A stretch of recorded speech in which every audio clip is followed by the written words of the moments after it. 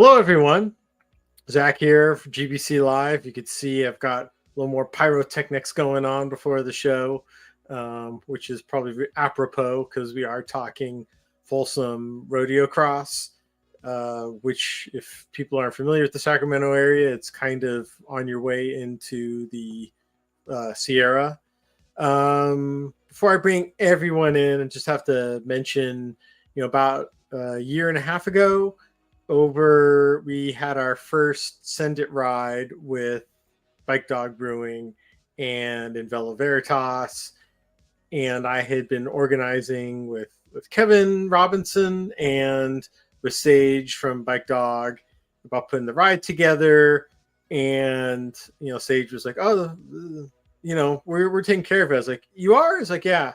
So I checked back. He's like, "So how are things going?" I was like, "Oh, Frank Shoemaker is taking care of it." And I was like, "Oh, awesome." And I had never met him, but I just knew, by reputation of the Folsom Rodeocross, I was like, wow, this is pretty cool. And then sure enough, it was a great route. I didn't have to do anything. It just is great. And I normally, I'm a little telling people where to go, where not to go, falling on my bike. But Frank took care of that. And we had a really, maybe the most people ever for Ascendant for that ride. And I tell you, Sacramento's got one of my favorite bike communities, and community is a real big part of why gravel and cyclocross, anything biking, is so special. So looking forward to chatting, and let's bring everyone in. And so, hello, good evening. Good evening. Hello. Yeah. I'm still reeling from that ride. That is definitely, I've never made it's too subjective, like a top 10 Send It, of our group rides, but that was a lot of fun. And even some of the stuff that wasn't on the plan route that we kind of went off of too was a lot of fun. And we had some people come from the Bay Area to do the ride, Bakersfield, Los Angeles. And so that was just a great introduction to riding in the area. I know Vic did, we did a different route with Kevin the next year, but I really love the Sacramento community. How did you start getting involved with cycling? I've ridden bikes back to when I was a teenager at some level, just riding road bikes for fun and so on. And then I guess in the late 90s, when I had my second child, I realized, wow, the only way I'm ever going to get out and ride is to commute to work. So I started commuting to work full time because I had to spend that time, right? So I did it on the bike. And that got me a lot more fit. So after getting, a little more serious, I guess, I still wasn't doing any racing or any of that. And I bought a cyclocross bike on eBay on a whim to make it a commuter bike, and also put some cross tires on it and rode around some. And then I saw that there was a cyclocross series in town, Sacramento Cyclocross, which is still going on after a few changes of promoter, of producer.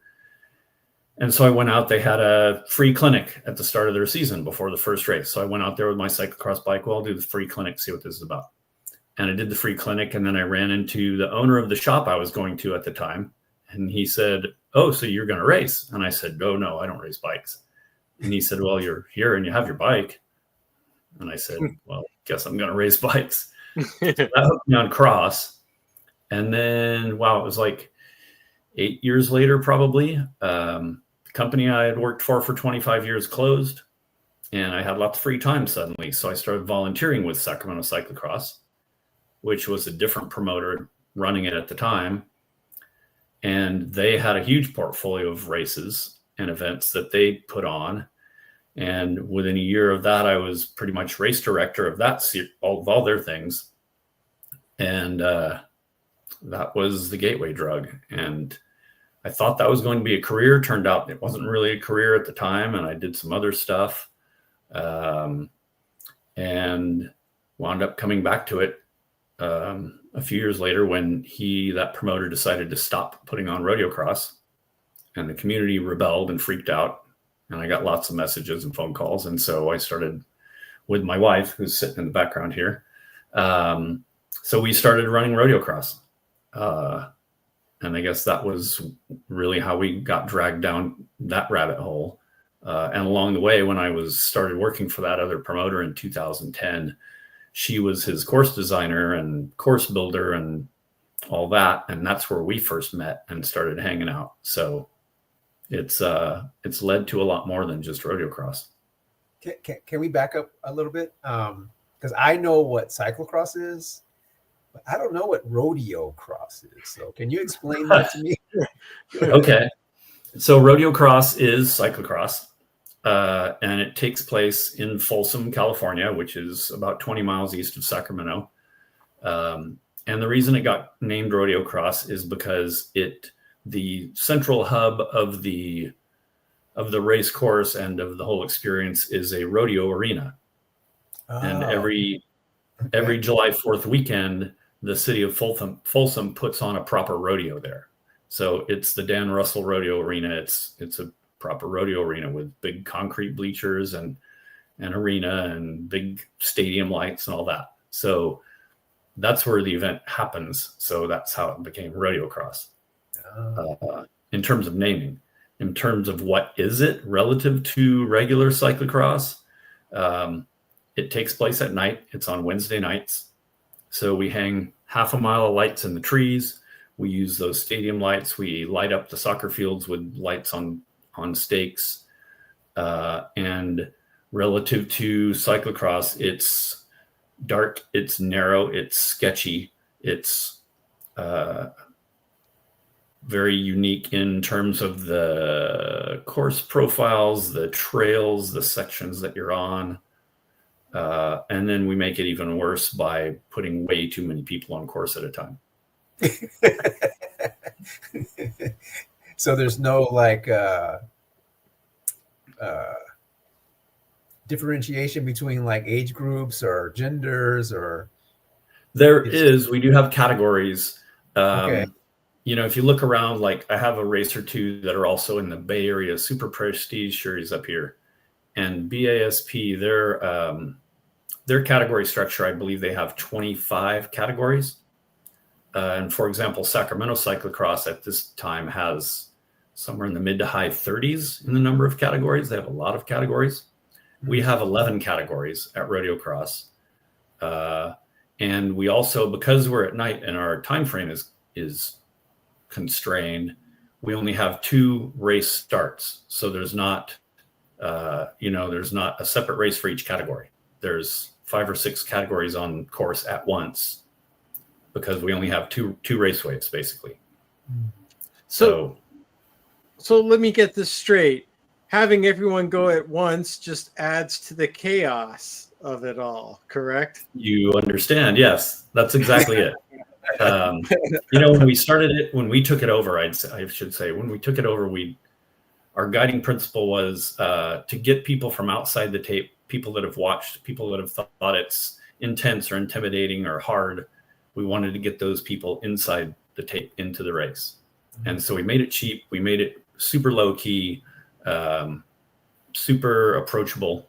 We don't have trophies. We don't have points. We don't have season champions. We don't have podiums.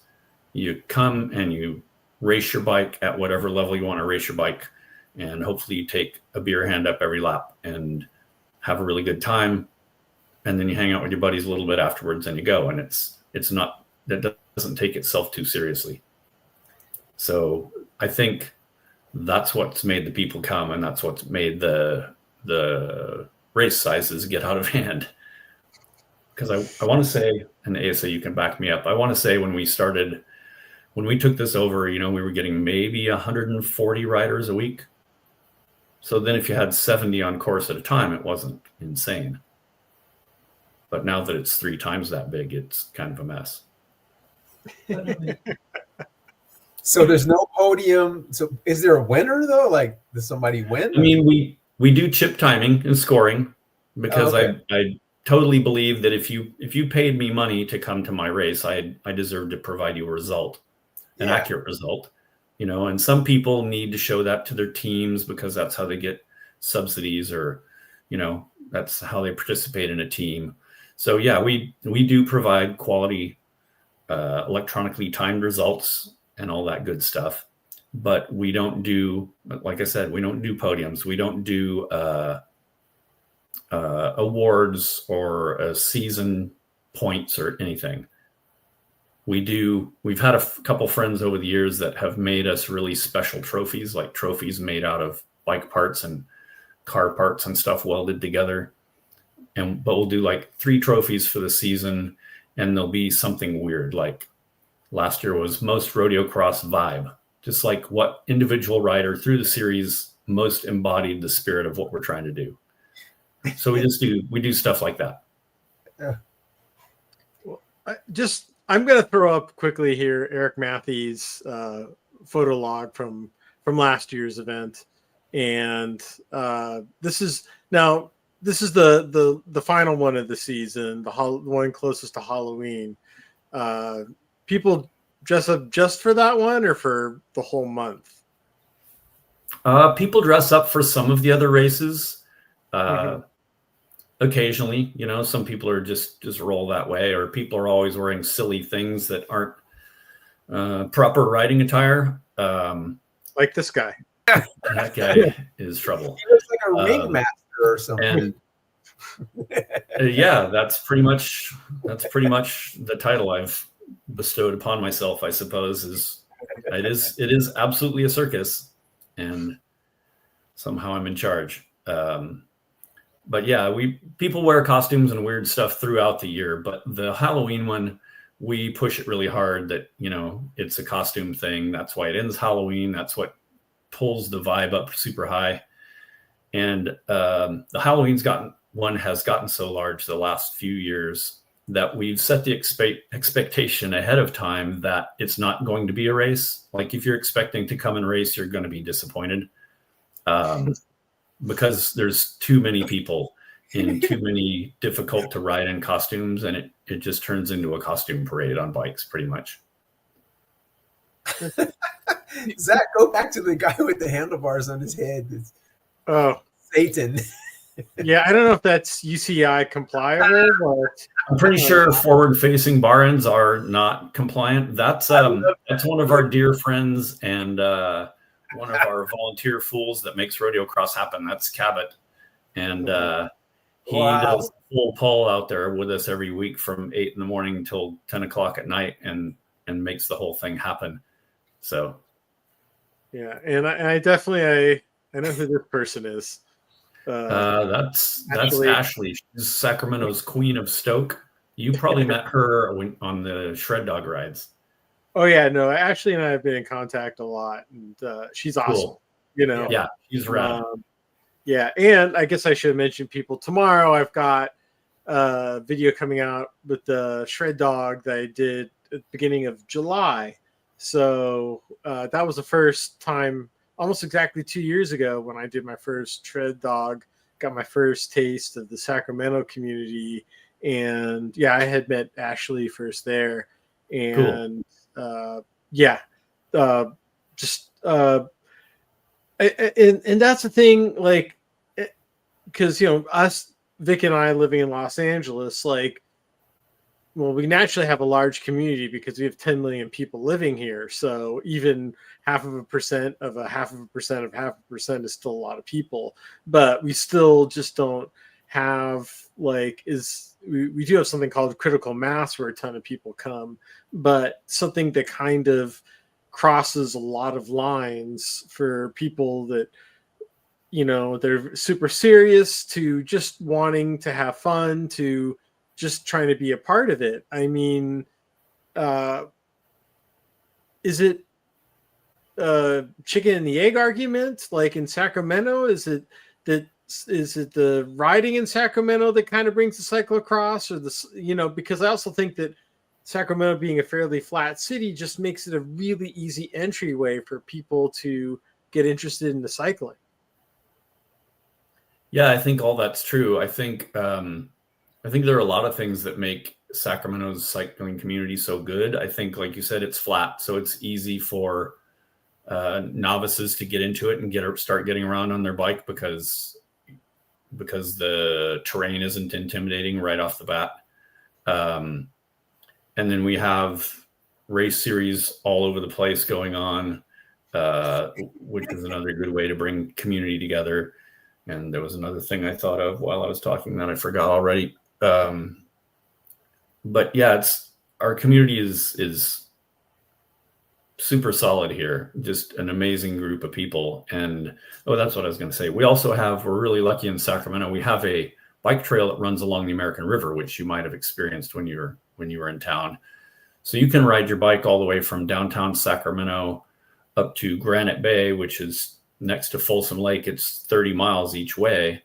And you can do a 60-mile round trip then without ever interfacing with cars.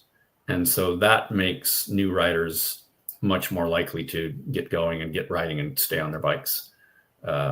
So for whatever reasons, we've been super lucky, in our community is what makes all this happen. Yeah, so I was out there, was it 2017, I think, for Cal Bike was there in Sacramento. And I was already familiar with the downtown area, but I just decided to ditch an evening session with somebody, and we just rode the bike trail all the way out to Folsom. And we got some Jamba Juice and came back, and it just was so you're so separate from everything pretty much most of the ride, in terms of not being near traffic or homes. And I think a lot of people really love having like dedicated bike infrastructure like that, just for recreation. And that's kind of like a great gateway to get people to ride a little bit more here and there. For sure. You have to make it easy for them, or they won't even get started, right? So I think that's definitely part of it. Winnie the Pooh, that's great. Yeah, I can probably. If you scroll backwards a few slides there, go backwards a few. Right there, that tandem. Now go back a couple more the other direction. Here? Nope. One more. Oh yeah. There you go. That tandem. So that's, as far as I can see, I don't have my glasses on, I believe that's Kevin Robinson on the back. And that's Lachlan Morton on the front. And they're dressed as Oasis. Oh wow. That's awesome.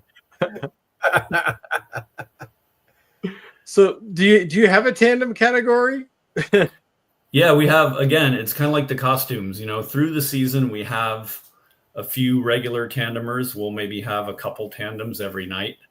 But for the Halloween one, we add a tandem category, and we put out the call for all the fools that have tandems that want to try Rodeocross on a tandem. And the last couple of years, 2 years ago, I think we set the record. 2 years ago, we had for Halloween 15 tandems and a triple in the race. Wow. Yeah. Afterwards, my wife and I were thinking that maybe we had accidentally just thrown tandem cyclocross worlds. How'd that go? So yeah, that was, and again, just like the costumes and just like the sketchiness of the course and the too many people on the course at once, you throw 15 tandems in the middle of it, and it really gets hard to race seriously. So it kind of helps set the tone when you have to work around 15 tandems that are also trying to circulate. Now, in our area, like, our cyclocross series, I don't know if you know Dorothy Wong, but like she's been juggling a lot right now, especially after the Eaton fire. So, it's been hard, especially like in our area, to like find venues and but I mean, what are some of the things that make Sacramento cyclocross so successful over there, with the number of series, going different parts of the year, and and in the Bay Area as well. Yeah, I think the Bay Area series has had its challenges. I was part of helping put that on a few years ago, and it was getting really hard. And it's basically impossible now to find a venue on the peninsula, in the city or very near the city. And there was actually a good chance that BASP was not going to happen at all this year, because it was down to basically one race that I put on in Dixon, which is halfway between Sacramento and San Francisco. There's a race in Livermore, which is the East Bay. There's a doubleheader in Santa Cruz, which is not San Francisco. And so a friend of mine, the guy that does my timing and scoring for Rodeocross and all my stuff, he's now starting 2 brand new races this year to be part of the Bay Area series. One of those in Berkeley and one in Vallejo.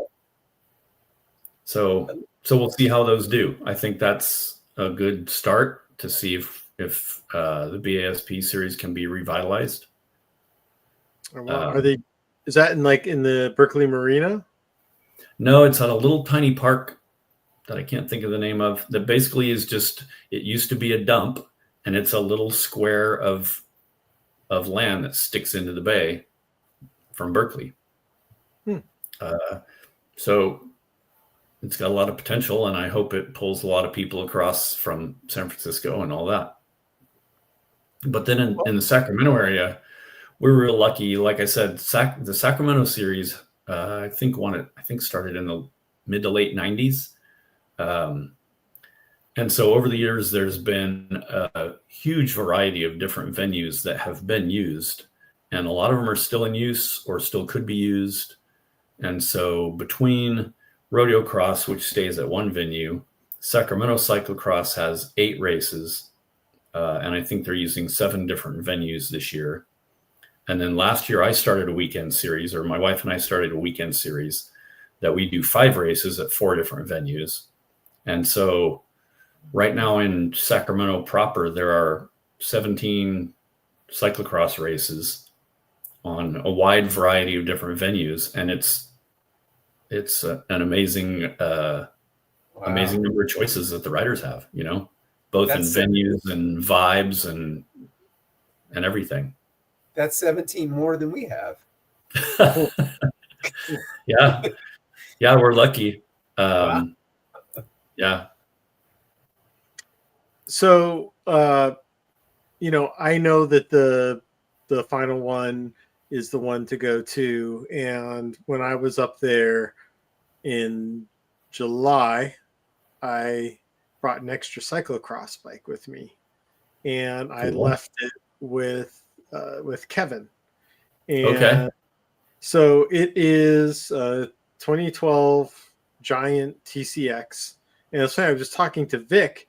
Vic had never seen this bike. And it was funny because I just like your story, I got that bike because I was commuting to work on a road bike, and I kept on getting flats and all the cracks. And I was like, well, let me get something with wider tires, and I bought a cyclocross bike. And but I was too chicken to take it onto dirt. And then finally, a friend made me do it, and I was like, oh, this is a lot of fun. And it's actually, out of all the bikes that I've owned, it's the funnest bike to ride. It's a little old, but I asked Kevin if he could maybe spruce up the brakes for me before I bring it out. So I plan, at very worst, flying in for that or whatever it takes, but I need to make it out. Yes, definitely. It's as you saw from the pictures that Eric got last year, it's a thing to see. We've between Rodeocross and Track Lacrosse Worlds that we put on last summer, We've been in the Radovis 3 times now, and so I take that as some kind of measure of success, at least within this tiny little world that we inhabit, you know. Okay, you brought in another subgenre, so track lacrosse. Track lacrosse, yes. Okay. If a cyclocross bike and a track bike met one Wednesday night deep in the woods at Rodeocross, then the thing that would come out of that would be a track lacrosse bike, which is single speeds, single speed, fixed gear. You can't coast. Oh, they're fixies. Oh, yeah. Lord. And see that bunny hop, that's on a bike that you can't coast, and it has no brakes. Wow, that's awesome. Yeah. Wow. Yeah. The guy that won the bunny hop competition at Track Lacrosse Worlds bunny hop 24 inches on a bike with no brakes that he couldn't coast on. Wow. Pretty ridiculous. That's amazing. Yeah. So, you know, we're in Sacramento with Squid Bikes, who you guys probably have heard of, at least if you don't know them. Yeah. I know Squid Bikes. And they're pretty much, I think, the strongest advocates for track lacrosse in the US, probably. And we ride with them all the time, and they're good friends of ours. And so when they started doing track lacrosse a few years ago, they came to us and said, hey, can we bring our track low bikes to Rodeocross? And we said, yeah, just don't hurt anybody else. So I was thinking when you pick it up to run with it, the pedals are still swinging. It's going to hit you in the neck or something. It could happen. I mean, watching those guys dismount and run and remount is that's got to be a thing of beauty. So this was from last real skill. Now this was from last year. Was there a 2025 race, or did I miss that? Or there was a 2025 race. It was in Barcelona. It was just this past weekend. Oh wow. Jeez. Yeah. So it happened. I think the first Worlds was in Japan in 2019. And then I had talked with Squid some about bringing it to the US. And then obviously in 2020, it couldn't happen. That's Chris that owns Squid right there. I like his jersey. That's yeah. So in 2020, we couldn't do Track Lacrosse Worlds. In 2021, we couldn't really do it because international people were still hesitant to travel. And then it just kind of took us a couple extra years for us to get our crap together. And so we did it in 24. And it works kind of like single speed cross worlds, where every year wherever there's a race, there's a contingent that comes from somewhere else that wants to win the rights to put it on next. And so that last year we had probably 5 guys from Barcelona that came. That were super fun, rad guys. And so they took it to Barcelona this year. Wow. So any chance of Sacramento getting it back for 2026 or? Haven't talked about it. I think it probably needs to wander around a little more before it comes back to us. Mm-hmm. So it's like the Olympics. Yes. Like the Olympics. It could return to the same place, but it really shouldn't very often. Mm-hmm. So,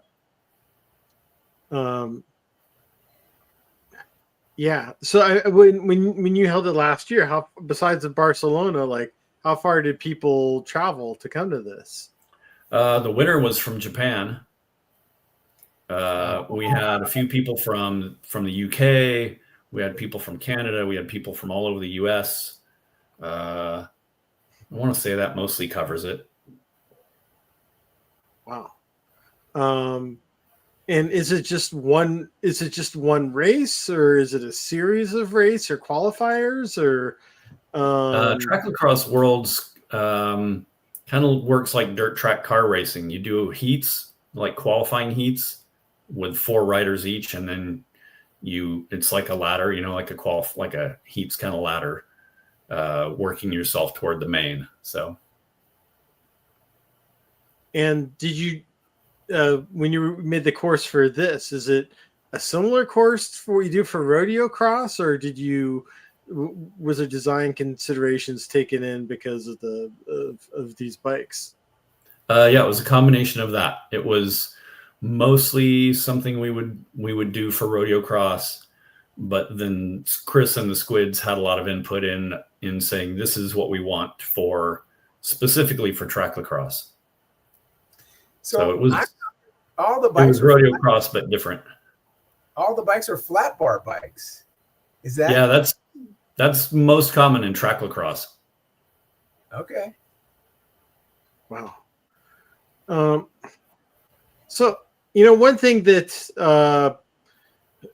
seeing, the success of the Rodeocross and everything else, I'm just trying to think of, like ideas to really like expand it, like in our area. Like the one thing that sounds appealing is that you know what time of year it is and it's on every night.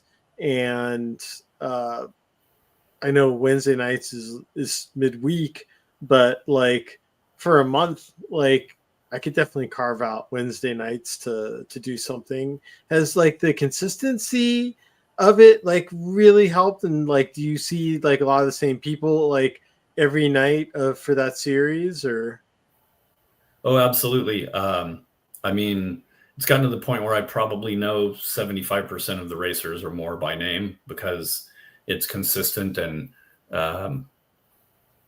it's just part of who I am. Is I want to know all the people that come to my races, even if it's their first time or their 21st time.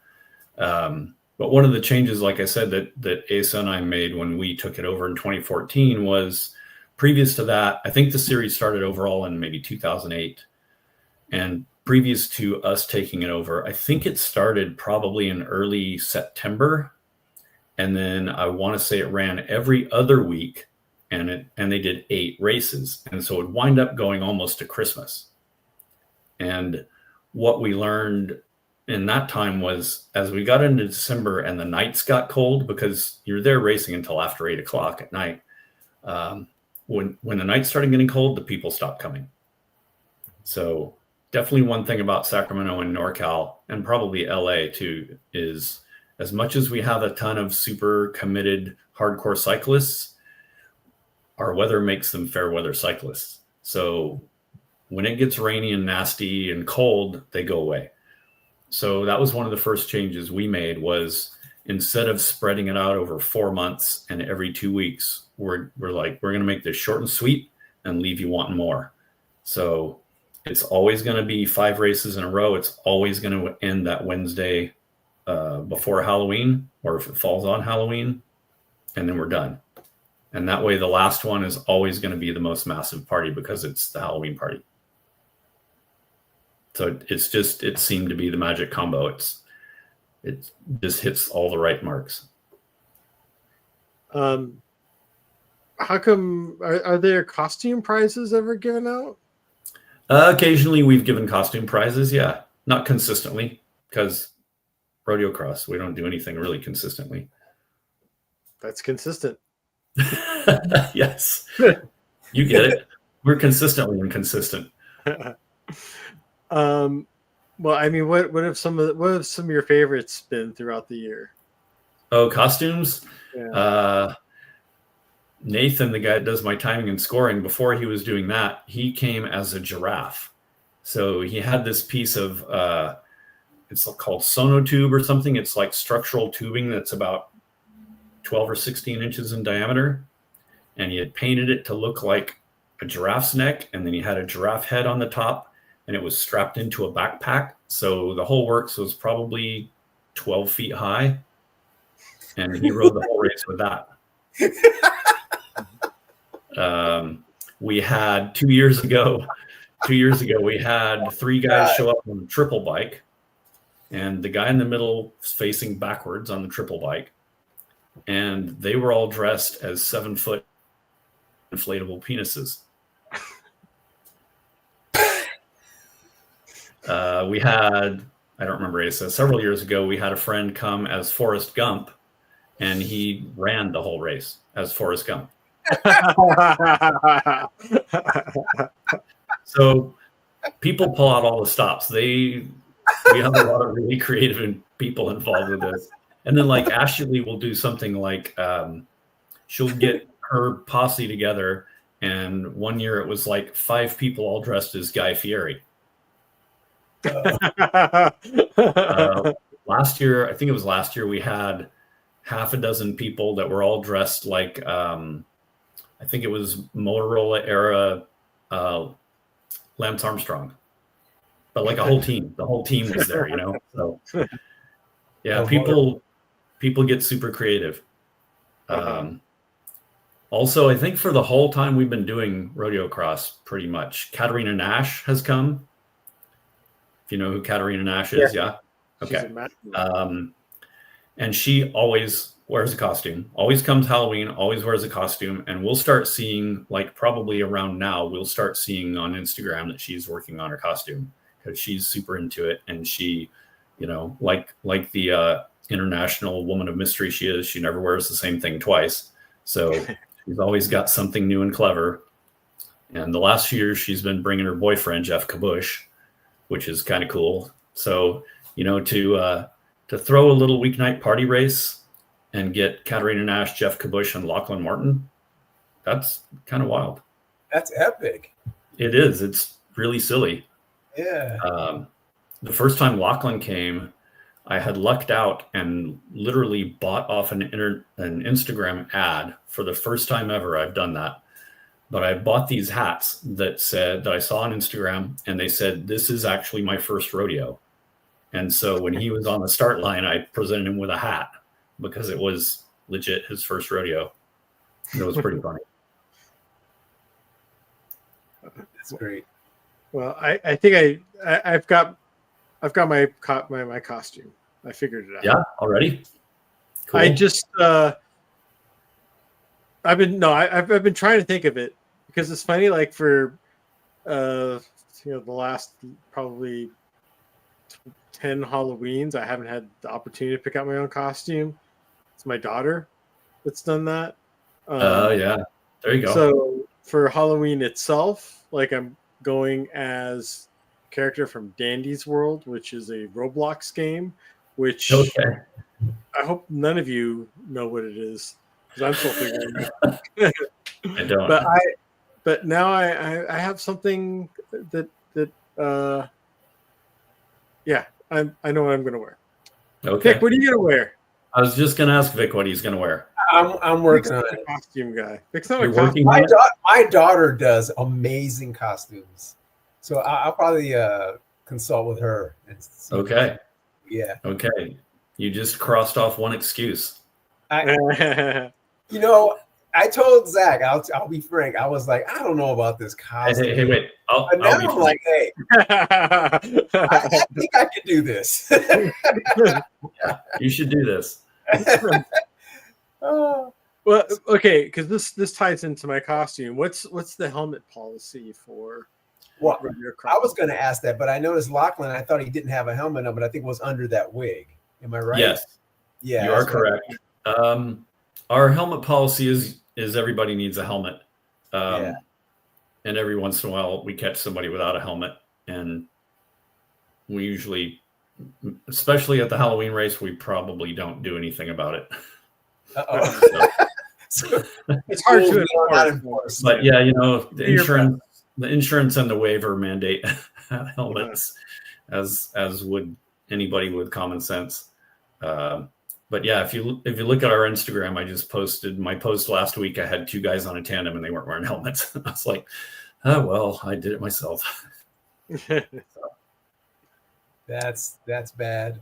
Well, yeah, they could have had those. Yeah, we like helmets. Yeah. It's okay. I think I can get my wife to help me out. I think she would love a little craft project for me. So there you go. So yeah, I gotta get going now because it's that Halloween one is like 6 weeks away. Yeah, you got 6 or 7 weeks. Oh, okay. You'll get there. I better call Vera Wang right now. There you go. I think you need to call Vic's daughter. It sounds like she can whip something up for you. Yeah, actually, Vic. Huh? Yeah. I also noticed that most of the bikes aren't even really cyclocross bikes. Like it's just run what you brung, or totally run what you brung. Okay. we get a lot of mountain bikes. We get it's mostly cross and gravel bikes, but some people like their mountain bikes. We've got always a solid track-low crowd. We've got the tandems. We've had people race unicycles. We've had people race enduro bikes. We don't care. Come out on a bike, have a good time. Vic, your first cyclocross race was on a gravel bike. No, no, that's not true. It was on a mountain bike. See, and it was terrible. I don't recommend it. It was terrible. Everyone laughed at me, first of all. And then I figured out why they were laughing at me, because it's so damn heavy compared to a cyclocross bike. You're running with it. So then I got an actual cross bike. But the last couple of cyclocross events I've done on a gravel bike. Okay. But I don't have that bike anymore. I got to figure something. I'll probably just use my hardtail. Yeah, that works. It's lighter. It's a single speed, so it's lighter than. Perfect. Single speed hardtail, to be perfectly honest, is a really good weapon for rodeo cross. It sounds like it. It sounds like, yeah. Yeah. Although you will hate the soccer fields riding through soft, deep grass. So would you recommend like mountain bike tires? I put skinny tires on it. Like what? If I was on a hardtail, what tires? If you were on a hardtail mountain bike, I'd probably run 40 to 45 millimeter tires on it. Okay, good. And that would kind of give you the best of both worlds. There's definitely sketchy parts where a mountain bike actually rips pretty good. But then there's fast pedaling parts, and then there's a good long bit of slow wheel sucking grass, which is worse on wide tires. So yeah, I have some 45 gravel tires, some Continentals I can put on. That'd run pretty good. Yeah. Okay. All right. There you go. Trying to remember what tires I left on that bike in Sacramento. Whatever they are, just run. 2012. It probably doesn't have room for real big tires. I think I got 40s on there. Nice. Donnelly, Hutchinson. I'll have to ask. And they're definitely not tubeless either. So maybe the bike a little bit too. You might want tubeless. I'll ask. I can't even remember if those wheels are tubeless. I think they are, but 2012. Oh, you just put tape. You just put tubeless tape on them, make them tubeless. That's what mountain bikes anymore. Yeah. I also wanted to share that I also was a series point winner here. Oh, here we go. Oh, look at you. Where was this? This was here in LA. I think it was the C division. There was only 2 other people in the series, so that's fair. Hey, we get our wins where we can get them. A win is a win, right? Yeah. Totally. I did beat at least one person. So I would advise against wearing that jersey to rodeo cross because Lycra gets aggressively heckled. Yeah. No, please tell Vic he should wear Lycra. No, I don't need the heckling. I already get the vibe of what's going on. I'll be ready. Okay. It seems like the sillier, the better. 100%. Okay. All right. Absolutely. All right. Okay. Well, Frank, hold on, but we're going to wrap up with the GBC world here. So thanks so much for joining and sharing, and hopefully, people from LA and everywhere else get exposed to this too, because it's a fantastic series. Fantastic. It's the community is the best part. This wouldn't be anything without the community. And as you can see, people love it and they love supporting it. So yeah, that's really what's made it happen, is not necessarily our hard work and intention, but the community adopting it as their weekly party. And that's what's made it what it is. And what did you say back there? Weekend one. Oh yeah, we talked about the weekend one. Oh, you did? Asa wants me to promote our weekend series because we have a weekend series that's a year old. No, the rodeo. Oh yeah, we're doing a different thing. There was a fire at one of our weekend venues, and so we're doing a weekend race at the Rodeocross venue.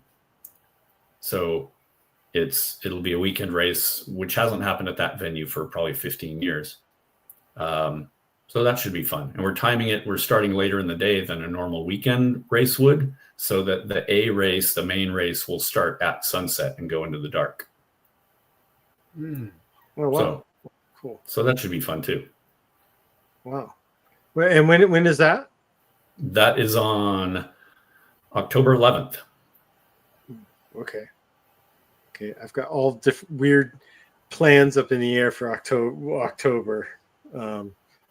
I've got one thing that I don't know if I can accomplish. So if I don't think I can accomplish that, I'm looking for other things to do. So Cool. But come up there. Anyways, Frank, thank you so much for bringing it into all this, and look forward to seeing you next month. Yeah, for sure. Thanks for inviting me and having me along, and I'll save a spot for you in Heckle Hollow for a hand up. Oh, great. All right. Take care, everyone. All right. Thanks, man. Bye.